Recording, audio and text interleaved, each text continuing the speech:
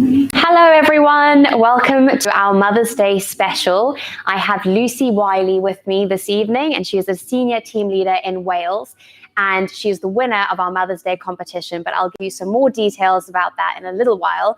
I thought to start off, I'd love to know where you're all watching from this evening and some of your favorite recipes that you have learned from your mum or any mother figure in your life that's inspired you to be a cook, a baker, dabble in the kitchen. Comment below and let us know what your favorite Mother's Day recipe is. Also, I'd really love to know if you're going to be cooking anything special for your mum or mother figure this Mother's Day coming up. It's always good to get some ideas, so share those in the comments as well. I've got everything set up here to make what I consider to be an amazing Mother's Day recipe from Lucy's mum, Angela. Hopefully everyone's joining in now and getting excited. We've got the classic spring daffodils on display. I feel like we're heading into spring. We have to keep it lovely and cheerful.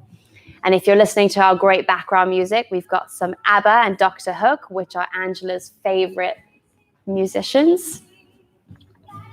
Okay, so let's get started. As I said, we have Lucy Wiley here with us this evening. Lucy is a senior team leader in Wales with us, and she was one of the entrants into our Mother's Day competition.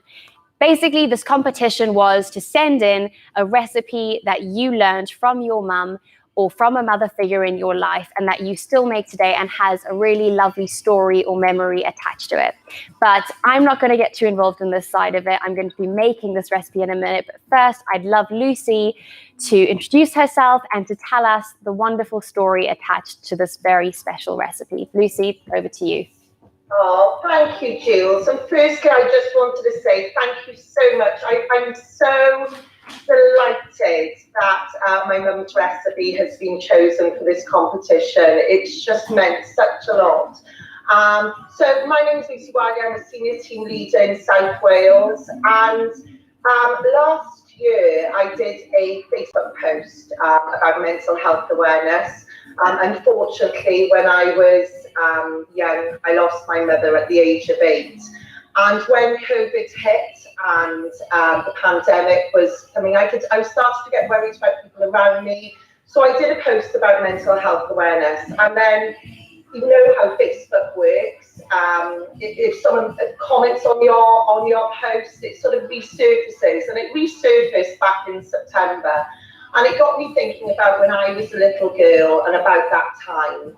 And I reached out to one of my friends who I was friendly with at that time, and I shared some memories, and she shared with me, because our mums had been friends at the time, that her mum had a handwritten recipe by my mother of a sticky tea bread, which she still makes regularly now. Amazing. And I was like, you are kidding. Yeah. You know, I don't even have anything handwritten by my mum. And so she said to me, oh, I'll get you a copy.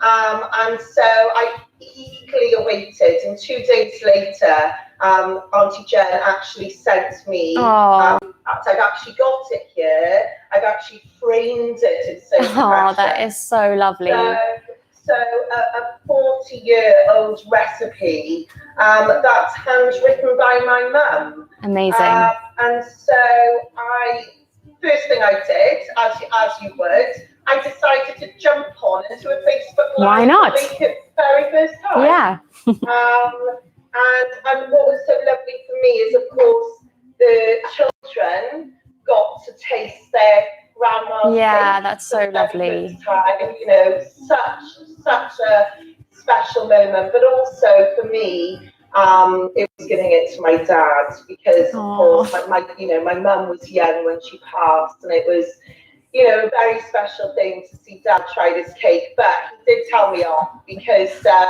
I had actually swapped one of the ingredients. I used strawberries rather than cherries, and it was the first thing he picked up. When he checked, he said, I'm sure this is meant to have cherries in it. Amazing. So I've made it since for him, Mum's way. But I just wanted to say, because I know some of the advisors are watching, everyone has just been so lovely. I've had so many nice comments. It's been so overwhelming. And to have this recipe, I can't believe, Jules just told me just before that it's going to be called Angela's tea cake. And for me, it's been the best present I've ever received. Oh. Honestly, I have just touched, and it's quite nice to see someone else cooking for a change as well. Yeah. Not you. Yeah, well, I mean, it is the loveliest recipe. I've made it twice already, and it's been really hard not to eat the entire loaf myself. And I have to be honest, when I was making it, I was kind of thinking, oh, it's a bit of a fruit cake, and usually I'm not a massive fruit cake fan, but there's something so special and like rich and buttery about it. And one of the things that I sort of was a bit apprehensive about was that it has margarine in it instead of butter. And this was quite traditional. It used to be very common that you'd bake with margarine. And in recent years, I'm sure everyone knows there's been a bit of a vendetta against margarine. But I have to say, I would not change it for the world, because it does add something really special to this recipe. And there were a few other things that Lucy recommended that we add, that her mum had written in a note on the recipe saying, add a tablespoon of golden syrup for that extra special something, which I did as well. And one of the things I said to Lucy was that this recipe felt so special to make because it was so full of memories and love and just this whole story behind it. So without further ado, I'm going to get stuck in. Lucy, don't judge me too harshly. I hope I do you and your mum proud. I have done the first step beforehand because the mixture does need to infuse for 10 to 15 minutes. So in here, I've got some strong black tea brewed, 400 grams, about 3 tea bags, let it get lovely and black and rich. And then we've got some glacé cherries cut in half, sultanas, margarine, the key ingredient, and some caster sugar. That's all been heated together in our Thermomix, and it's lovely and brewed now. I've left it here for about 15 minutes, and now we're going to go in with our dry ingredients. So self-raising flour,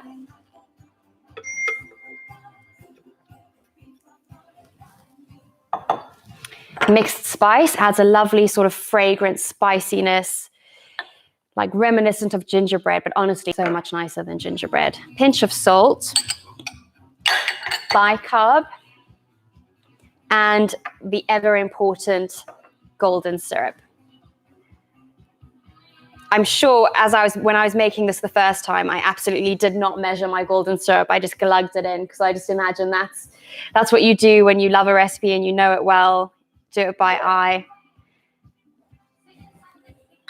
And I'm sure you can't really have too much golden syrup in something like this. And we're just going to mix that together. 7 seconds on speed 3.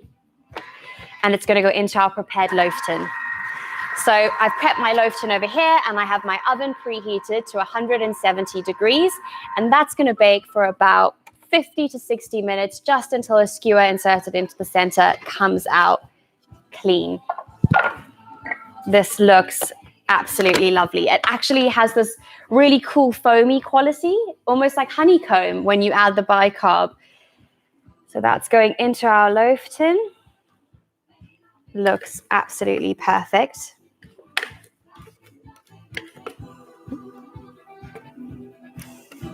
There we go. Oh, the smell is amazing.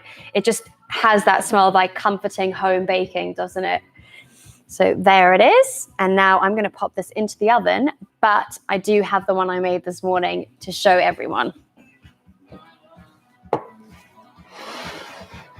And there it is.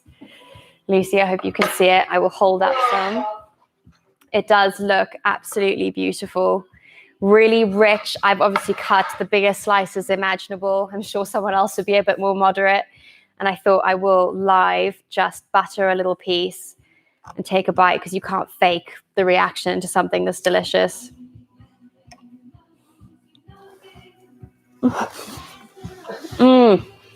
Lucy, it's so good. I'm so glad you love it. I do. I can't wait to feed it to everyone I know. Well, as I said to you earlier on, Jules, I think, having other people trying this recipe now, I thought to myself, oh gosh, have I been biased? Do I just love it? Absolutely not. Mum's Day. No. So it's going to be so lovely.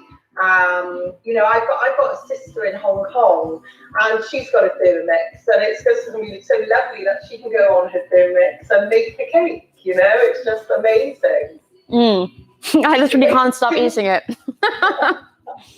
It is so tasty.